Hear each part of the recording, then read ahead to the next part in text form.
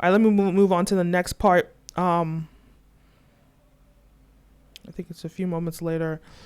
And it's very interesting, the dynamics, the difference between um, how the two of them, see power. And, we have, like I described, Damon, who has always had this desperation for it, always had this longing for it. But Rhaenyra, who, originally, she was never meant to be queen, but she never necessarily had this desperation and longing for it. It's always been a duty to her. And in these first moments when we see her wear this burdenous crown, first of all, it's so fitting when we see her, when they call her queen, they put the crown on her head, and she steps into the room and she's sort of grasping the fact that this is something that she's always had proximity to. She's always watched her father rule, but she's never quite got to be the ruler herself. And she has this little awkwardness, which is kind of weird to her. Like, you walk and they follow. This is not something she's used to. So it's a little level of awkwardness, that she offers her the cup of wine.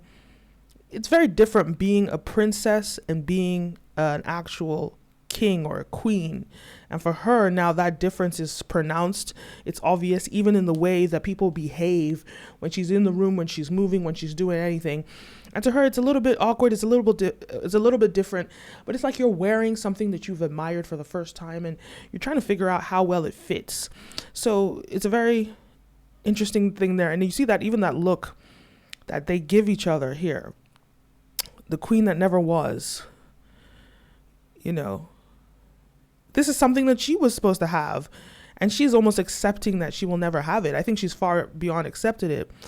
But I think at the same time, there's a level of her being proud to see a woman step into that role, something that she thought she would never see ever, especially not in her lifetime.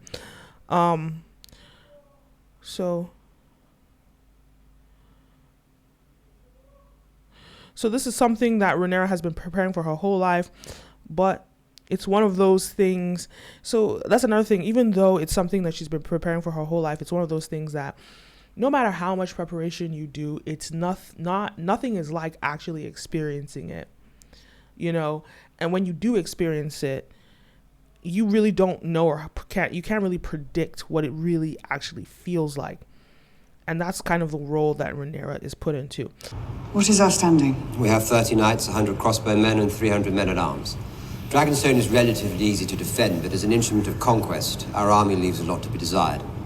I've sent word to my loyal men in the City Watch. I'll have some support there, but I cannot speak to the numbers. As we are seeing, Rhaenyra awkwardly step into this position, we see Daemon, who's a man seasoned at war, and he speaks with such speed and confidence, which is like in direct contrast to Rhaenyra, who was, sort of like wearing on the gloves for the first time, or wearing the throne for the first time, experiencing this for the first time, being a little bit awkward, being a little bit hesitant, just trying to figure out how she's going to navigate this.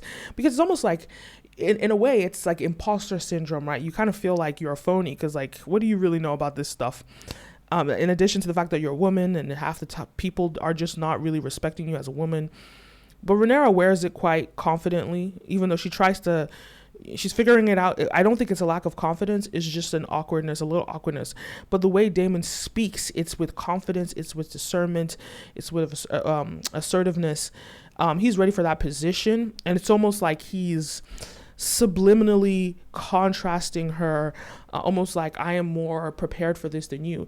But what Daemon doesn't understand is, yes, you might be a man of battle, you might be a man of war, but being a man of battle and war has nothing to do with leading, right? There's a difference between being a leader, a ruler, a king, a queen, than being a military leader. And so Daemon, when he looks at the histories that he studied, Aegon Targaryen was a man of war. He usurped, or he kind of took over, colonized Westeros. So he conquered Westeros. That's the word I was looking for. He conquered Westeros. He did all these things. He was a man of war. And so it's almost like history's romanticized men of war and not men of peace. But it is the men of peace that keep stability in the realm. And it's so funny because Viserys one time, I think he was talking to Otto Hightower and said, won't be remembered because, he won't be remembered because his time was peaceful, his reign was peaceful, and people only remember the man of war. But when it really comes down to it, when it comes down to the quality of the lives in the realm, within the realm, it's the people of peace that matter most. And so Daemon doesn't understand this as a man of war. So he thinks he has more credentials because he's a man of war in battle. But Rhaenyra sits comfortably in that throne regardless and understands this position is more than that. This position is about peace.